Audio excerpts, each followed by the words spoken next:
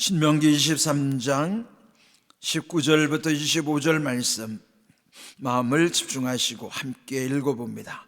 네가 형제에게 구워주거든 이자를 받지 말지니 곧 돈의 이자, 식물의 이자, 이자를 낼 만한 모든 것의 이자를 받지 말 것이라.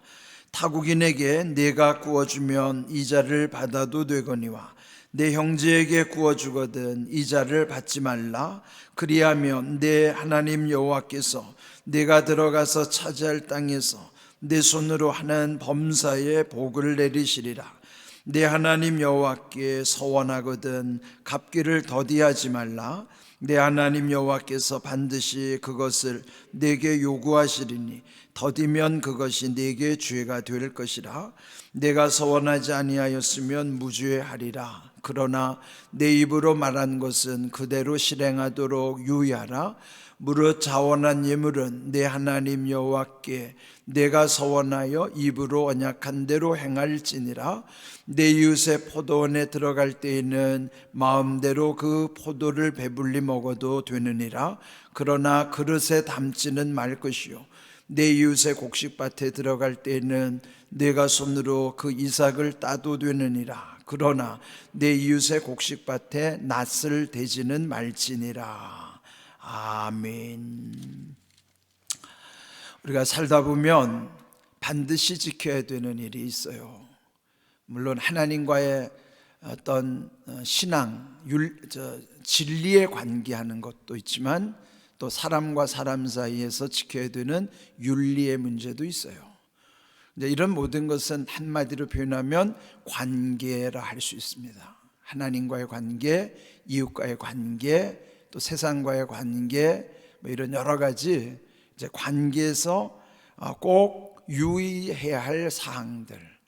오늘 본문에 읽은 말씀은 우리 삶에서 또 소소한 일상에서 또 겪게 되는 또 그로 인하여 갈등이 생길 수 있는 것, 그럴 때 어떻게 하는 것이 하나님이 기뻐하시는 삶인가, 또 그 마음과 태도 속에서 어떻게 결단을 해야 될 것인가, 이럴 때 참고하는 중요한 말씀입니다. 자, 19절 20절의 말씀은 이자를 구워줄 때, 그런데 19절은 형제에게 구워줄 때, 20절 타국인에게 구워줄 때. 이게 이제 형제라고 하면은 한 부모 밑에 자녀들을 형제라고 그러잖아요. 우리는 하나님을 아버지라고 믿기 때문에 하나님을 아버지라고 고백하는 모든 사람과의 관계는 형제 관계란 말이죠. 그렇다면 믿는 사람들 간에 어떻게 할 것이고, 또 타국인들, 이방인들이라는 것은 믿지 않는 사람들, 세상 사람들과의 관계는 또 어떻게 할 것인가. 이런 때 여러분 마음에 꼭 필요한 말씀이죠. 먼저 형제가 뭔가를 빌려갈 때, 근데 여기서 보면은 이자와 관련되는 것이죠. 그런데 그 밑에 보면은 돈의 이자든지 식물의 이자, 이거는 먹는 것과 관련된 것이죠. 주식과 관계된 것. 또 이자를 낼 만한 모든 것의 이자를 받지 말라. 원금은 돌려주면 받되 무슨 꼭 거기에 이자를 쳐서 받지는 말라고 하는 것입니다. 그러면 왜 꼬아 갖는가? 근데 여기서는 물론 꼬야 되는 일이 뭔가 사업을 투자하기 위한 것도 있겠지만은 지금 이 상황에서는 가난하기 때문에 어쩔 수 없이 절박한 상황에서 돈을 꾸든지 음식을 빌려가든지 이제 이럴 때라는 거예요. 그러면 꿀 수밖에 없는 상황을 생각해서 형제에게는 절대로 이자를 받으면 안 된다 하는 거예요. 특별히 고리대금업 같은 경우는 아주 하나님이 악하게 보시는 거예요. 그래서 가난한 형제들에게는 어떤 걸 빌려주면 거기에 대한 대가, 거기에 이자를 쳐서 받지 말아라 하는 거예요. 이거 잘 생각을 해야 된다. 특별히 교회 안에서는 가급적이면 이 돈 관계는 참 하지 않아야 됩니다. 그리고 정말 어떤 돈 관계를 하게 되면 그건 아주 분명해야 되고요. 또 어떻게 빌려줄 때는 때로는 안 받아도 상관없다면 빌려줘도 되지만, 빌려주고 나서 나중에 그 문제로 인하여 서로 불편하다면, 그러면 이제 돈 잃고 사람 잃는 거예요. 그러니까 이 돈의 관계는 아주 분명해야 됩니다. 그런데 가난한 이들에게는 절대로 이자 받지 말아라. 이게 하나님의 마음이에요. 예? 여러분이 뭐 돈을 빌려줄 수 있는 여유가 있게 산다면 좋겠죠. 그러나 만약에 이렇게 돈의 거래가 있을 때는 하나님이 어떤 걸 기뻐하시는가 이걸 참고해야 될 것입니다. 20절 보면은 타국인들에게는 이자를 받아라 하는 거예요. 자, 왜 타국인에는 이자를 받는가? 그럴 경우에는 이제 어떤 상업상 거래를 목적으로 할 때는 그런 이자를 받아도 된다는 것이죠. 그렇지만은 형제에게 구워주면 이자를 받지 말라. 그리하면 내 하나님 여호와께서 내가 들어가서 차지할 땅에서 내 손으로 하는 범사에 복을 내리시리라. 어제도 우리 강사님이 이제 이 돈에 관한 말씀을 어제 많이 해주셨어요. 어제 참고할 만한 내용들이 참 많았는데, 여러분, 이 돈이라고 하는 것도요, 정말 이게 하나님께서 또 그 지혜를 주셔야 되는 거예요. 그 전도서에도 보면 그 돈도 지혜의 그늘 아래 있다고 그랬거든요. 그런 걸 보면은 먼저는 모든 일에 하나님이 복을 내려주셔야 되는 거예요. 물론 그 주신 복을 어떻게도 관리하느냐는 또 별개의 문제긴 하지만, 어쨌든 이 모든 것은 하나님께로부터 와야 된다고 하는 것을 기억해야만 하는 것입니다.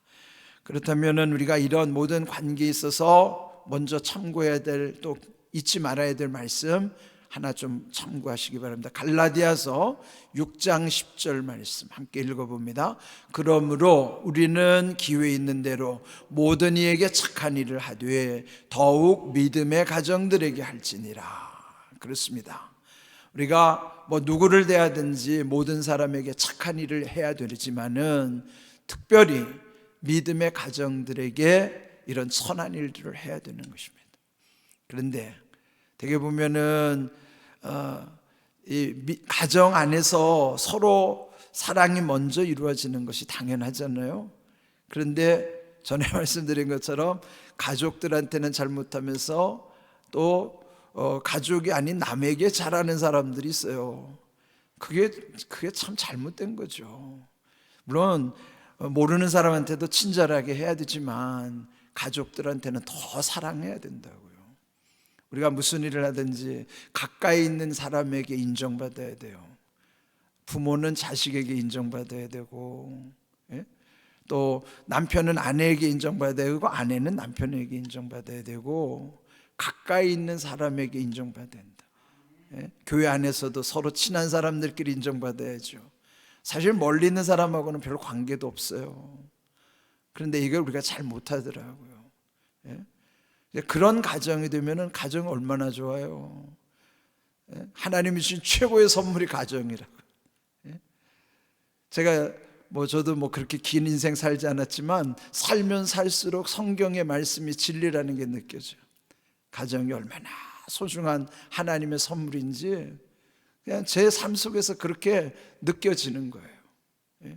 그래서 우리는 이렇게 믿음의 가정들, 물론 우리 가족을 최고로 사랑하지만 또 모든 이에게 선한 일을 행하지만, 이런 특별히 강조하는 것처럼 믿음의 가정들에게 이런 착한 일, 선한 일을 하는 것이 하나님이 기뻐하시는 일이다 하는 것이에요. 다음 21절 22절의 말씀에 보면요, 거긴 서원에 관한 문제입니다. 서원이라는 것은 하나님과 약속한 것을 서원이라고 하는 거예요. 기도할 때 보면은 하나님 내게 이런 것 주시면 제가 이렇게 행하겠습니다는 약속이 있죠. 서원 안에서 어제도 강단사님 말씀한 것처럼 만약에 자식이 없다가 하나님 제게 자녀를 주면 제가 이렇게 하겠습니다. 근데 이런 거 굉장히 신중해야 돼요. 아이가 없는 집에 하나님 자식 주면은 목사 만들겠습니다, 이런 약속 함부로 하지 마세요. 그럼 본인한테도 엄청난 고통을 줄 수도 있지만 하나님이 꼭 목사 만들으라고 해도 자식 주는 거 아니에요. 뭐들 하든지 무엇을 하든지 그 하나님 주신 것으로 하나님께 영광을 돌릴 수 있도록 이렇게 약속하는 것이죠. 그래서 여기 하나님께 약속했다면 반드시 지켜야 된다. 그는 자기가 자원해서 하는 거예요. 하나님이 시킨 것 아닌데 자기가 스스로 약속한 것을 그를 업신여기면 안 됩니다. 그는 갈라디아서 6장에도 보면 스스로 속이지 말라. 하나님은 업신여김을 받지 아니하시나니 사람이 무엇으로 심든지 그대로 거두리라고 말씀하신 거예요. 그래서 서원하는 하나님과 약속은 자기가 하는 거기 때문에 함부로 해서도 안 되지만 했다면 반드시 지켜야만 한다는 것. 그래야지만 만약에 21절 끝부분에처럼 더디면 죄가 될 것이라. 그러니까 우리의 마음이라는 걸 못 믿어요. 사람 마음이 얼마나 간사합니까? 여러분이 뭐라도 당장 돈이 많아지면 이를테면 로또에 당첨되면 하나님을 위해서 엄청난 거 할 것 같죠? 그거 다 속이는 마음이란 말이에요. 정말 약속은 사람 간에도 약속 함부로 하면 안 되지만 특별히 하나님과는 약속 함부로 하면 안 되고 약속했다면 반드시 지켜야 된다 하는 거예요. 22절 서원하지 않으면 무죄하리라. 약속하지 않으면 죄 없는 것이에요. 근데 약속했다가 지키지 않으면 그 죄가 된다 하는 것이죠. 23절 내 입으로 말한 것 그대로 실행하도록 유의하라. 무릇 자원한 예물은 내 하나님 여호와께 내가 서원하여 입으로 언약한 대로 행할지니라. 오늘 말씀처럼 하나님도 언약한 대로 약속대로 우리에게 이루어 주시는데 또 우리가 하나님께 약속한 건 반드시 지켜야 된다 하는 거예요. 예전에도 보면은 부흥회 때 막 은혜 받고 옛날에는 이제 그런 일이 많았어요. 이제 교회를 지어야 되니까 작정 헌금들을 해주고 예전에는 정말 집 팔아서 바치는 분들 이런 분들도 꽤 많았죠. 그렇게 해서 교회가 많은 부흥하는데도 참 힘을 보탰는데 기중에는 감정적으로 약속했다가 나중에 득감당을 못해서 시험 드는 분들도 있었어요. 그러면 그 삶이 얼마나 힘든지 몰라요. 본인도 죄책감에 사로잡히고. 그래서 우리가 하나님께 약속하는 거는 정말 조심해야 된다고. 그거 잘못하면 자기를 속이는 자기 기만, 하나님을 업신여기는 하나님을 조롱하는 일이기 때문에 그건 큰 죄라고요. 그래서 여러분 함부로 약속하면 안 되고 또 약속한 건 반드시 지켜야 된다는 것 명심해야만 하는 것입니다. 24절 25절에 보면요, 또 포도원이나 이웃의 곡식밭에 들어갈 때 또 그 포도를 그 안에 가서 배불리 먹기는 해도 그릇에 담지는 말라. 그게 뭐예요? 가져가지 말라는 거예요. 그러니까 포도원에 들어갈 정도면 얼마나 배가 고파서 들어갔겠어요. 이것도 가난한 사람을 위한 배려예요. 넉넉한 사람이 아니고 가난한 사람이 포도원에 가서 포도 먹는 거 그건 하나님이 그는 허용해 주시는 거예요. 그렇지만 아무리 가난하더라도 배불리 먹을 수는 있어도 그릇에 담아가지는 말아라. 그 포도원 주인에게 지나친 해를 끼치면 안 된다. 또 24절 그 25절에도 보면 곡식밭에 들어가서 손으로 이삭을 따서 먹을 수는 있어도 낫을 대지는 말라. 낫을 댄다는 건 추수하는 의미예요. 남의 것을 탐하는 것이죠. 하나님 얼마나 이렇게 자상하세요? 엄격하시죠. 또 가난한 이들을 위한, 약자를 위한 충분한 배려도 해주시지만 또 그 주인이 손해보지 않도록 지켜주시는 거예요. 그런데 이런 모든 배후에는 하나님이 다 은혜 주시고 내가 손으로 하는 일에 복을 주시리라고 말씀하신 것처럼 우리가 무언가를 손해보는 것 같아도요, 그건 절대 손해가 아니에요. 하나님이 기뻐하시는 일은 내가 희생하고 섬긴다 하더라도 결코 손해가 아니죠.